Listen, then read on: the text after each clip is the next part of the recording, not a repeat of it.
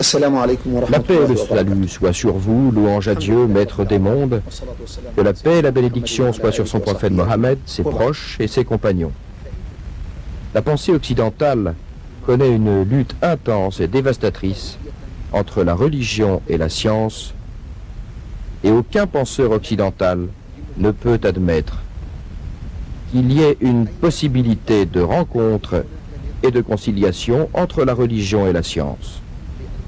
Car la Sainte Bible, chez les chrétiens, énonce que l'arbre dont le fruit a été interdit à Adam est l'arbre de la connaissance, et qu'après en avoir goûté le fruit, il a acquis une plus grande perception.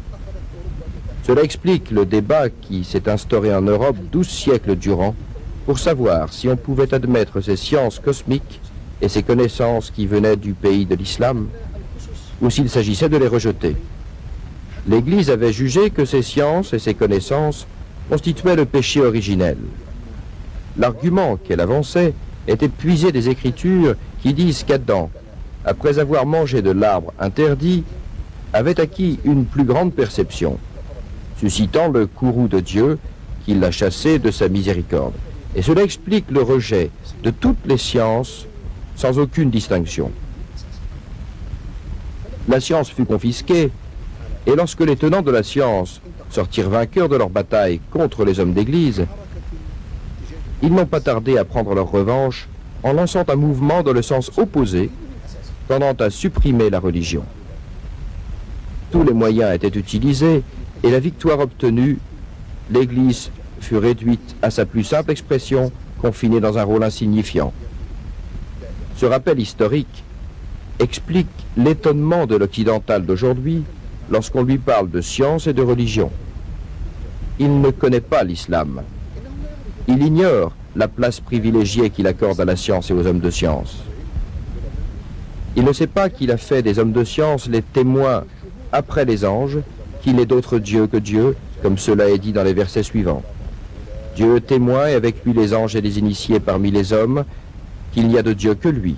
Dans un autre verset, sache qu'il n'y a d'autre Dieu que Dieu. Ne savent-ils pas que la tribu qui distingue Adam des anges est la tribu de la science et que telle qu'il est rapportée dans le Coran, l'histoire est l'inverse de celle rapportée dans leurs écritures qui ont subi des altérations.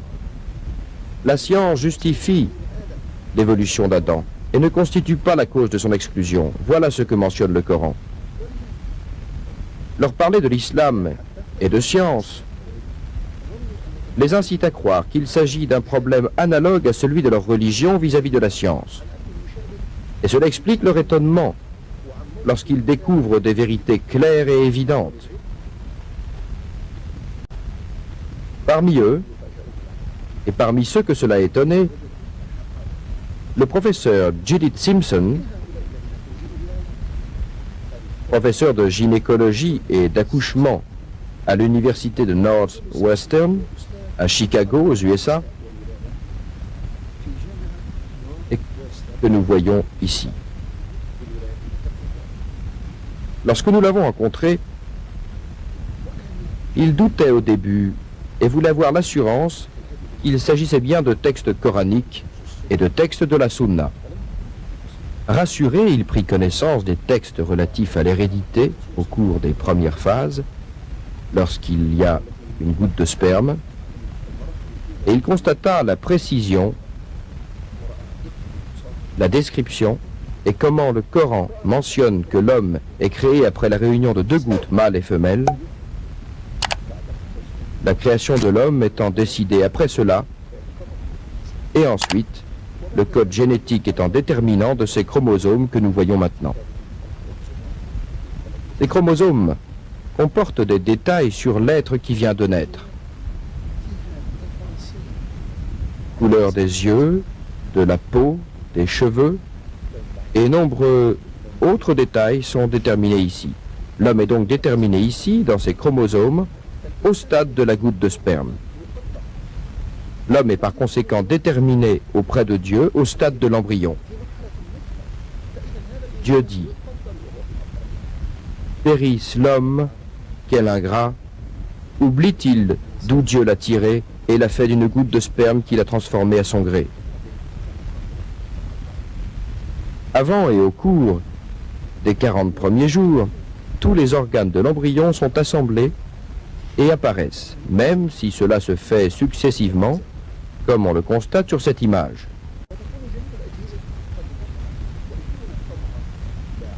Les organes commencent à se former proportionnés et l'embryon apparaît replié sur lui-même. Le prophète, paix et bénédiction sur lui, dit « La création de l'homme dans le ventre de sa mère se fait en 40 jours par la réunion des éléments qui le constituent. » Le professeur J.D. Simpson s'est penché sur le hadith et sur celui qui dit « Au terme de 42 nuits, Dieu envoie à l'embryon un ange qui le façonne. » Pour procéder à une comparaison entre les deux et étudier la période qui sépare ces deux phases 40 jours, muni de ses précisions et de ses détails, il a exprimé au cours d'un congrès scientifique son opinion sur ce sujet.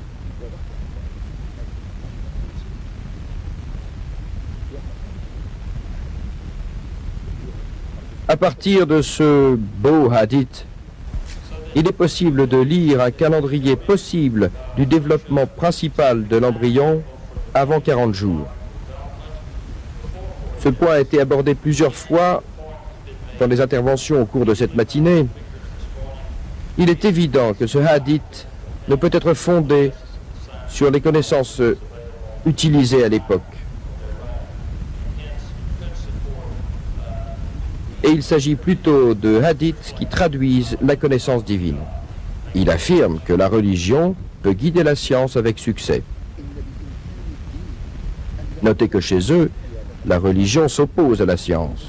Et ici, ce professeur américain affirme que la religion, l'islam, est en mesure d'utiliser la science avec succès. Oui, si tu visites une usine quelconque munie des indications nécessaires, il te sera aisé d'en connaître tous les détails parce que tu disposes des indications fournies par le constructeur.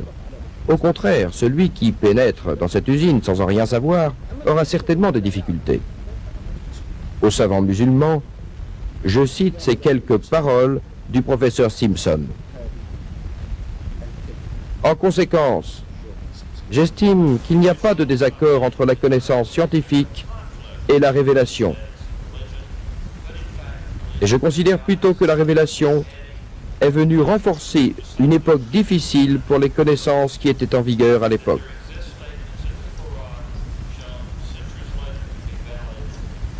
Le Coran est venu plusieurs siècles avant cela pour appuyer ce qu'on avait dit et qu'il s'agissait bien de la parole de Dieu.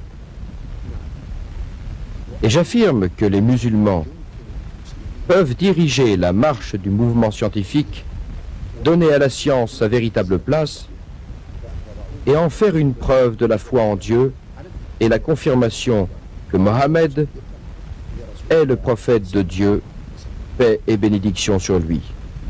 Certes, Dieu n'a-t-il pas dit « Nous leur ferons si bien apparaître nos signes dans l'univers et en eux-mêmes qu'ils sauront bien un jour que ce signe est la vérité. N'est-ce pas assez de Dieu pour témoin de toutes choses ?»